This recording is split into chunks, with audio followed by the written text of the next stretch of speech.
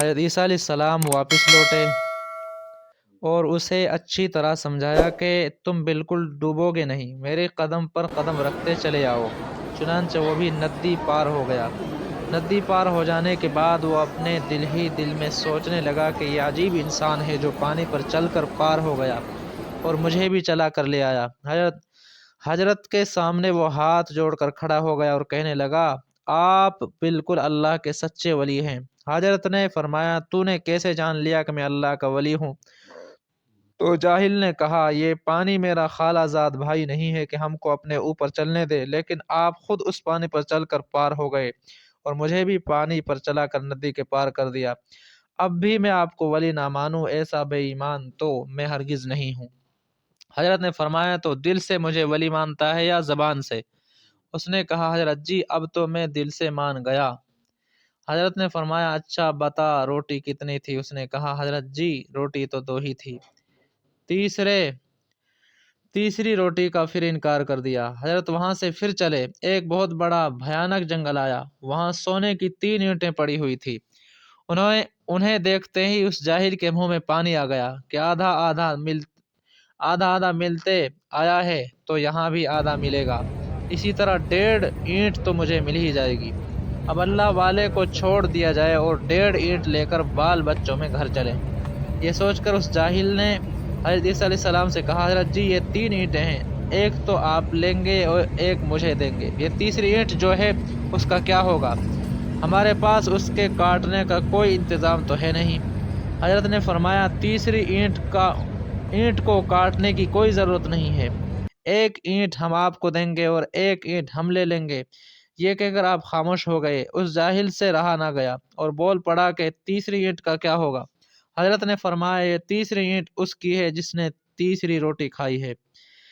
یہ سن کر وہ کہنے لگا، حضرت جی وہ تیسری روٹی تو میں نے ہی کھائی تھی۔ سونے کی اینٹ کے لالچ میں تیسری روٹی کھانے کا اقرار کر ہی لیا، حالانکہ اب تک 2 ہی بتا رہا تھا۔ جب اس نے تیسری روٹی کا اقرار کر لیا تو حضرت نے فرمایا، یہ تینوں اینٹیں تو لے جا۔ یہ کہہ کر حضرت عیسیٰ علیہ السلام آگے چل پڑے۔ جاہل سوچنے لگا کہ تینوں اینٹیں گھر کیسے پہنچائی جائیں۔ وزن اس قدر تھا کہ صرف 2 ہی اینٹیں اس سے اٹھ رہی تھی اور تیسری کو چھوڑنے کے لیے دل تیار نہیں ہو رہا تھا۔ اسی سوچ میں کھڑا تھا کہ اتفاق سے 3 ڈاکو آ گئے اور اس کے پاس سونے کی 3 اینٹیں دیکھ کر اس کو قتل کر دیا اور ایک ایک اینٹ پر تینوں نے قبضہ کر لیا۔ پھر تینوں ڈاکو آپس میں سوچنے لگے کہ بڑی آسانی سے مال مل گیا، اب ہم میں سے کوئی آدمی قریب کے قصبے میں جا کر ناشتہ وغیرہ لے آئے اور کھا پی کر پھر چلے۔ چنانچہ ان تینوں میں سے ایک آدمی مٹھائی وغیرہ لینے کے لیے چلا گیا اور ان دونوں آدمیوں نے جو وہیں جنگل میں بیٹھے ہوئے تھے آپس میں مشورہ کر لیا کہ جب وہ مٹھائی وغیرہ لے کر آئے تو اس کی گردن مار دی جائے تاکہ تینوں اینٹیں ہماری ہو جائیں۔ ڈاکو تو مرتے ہی رہتے ہیں، ہم سے کون پوچھے گا کہ وہ کہاں گیا، اور اگر پوچھے گا بھی تو کہہ دیں گے کہ مارا گیا۔ ادھر جو مٹھائی لینے گیا تھا اس کے دل میں شیطان نے یہ بات ڈال دی کہ اس میں زہر ملا کر لے جاتا ہوں تاکہ وہ دونوں مر جائیں اور تینوں اینٹیں میری ہو جائیں۔ چنانچہ وہ وہیں سے زہر ملا کر مٹھائی لے آیا۔ جب مٹھائی لے کر جنگل میں پہنچا تو ان دونوں نے اس کی گردن مار دی اور وہ وہیں تڑپ کر مر گیا۔ پھر اطمینان سے دونوں مٹھائی کھانے بیٹھے۔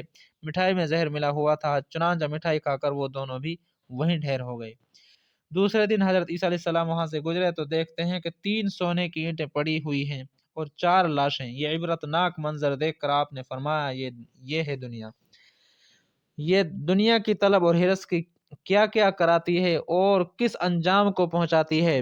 یہ جاہل اللہ کے رسول حضرت عیسیٰ علیہ السلام کے کئی معجزات کا مشاہدہ کرنے کے باوجود اولاً آپ سے جھوٹ بولتا رہا، اس کے بعد سونے کی اینٹوں کے لالچ میں اقرار کیا، جبکہ یہی اینٹیں اس کے قتل کا سبب بنی اور خالی ہاتھ دنیا سے رخصت ہوا۔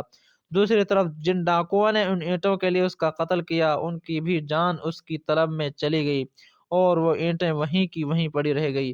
کس قدر عبرت کا مقام ہے۔ دنیا میں جتنے جھگڑے فساد، لڑائیاں اور قتل آئے دن ہوتے رہتے ہیں، وہ سب قریب دنیا اور اسباب دنیا کے لیے ہی ہوتے ہیں۔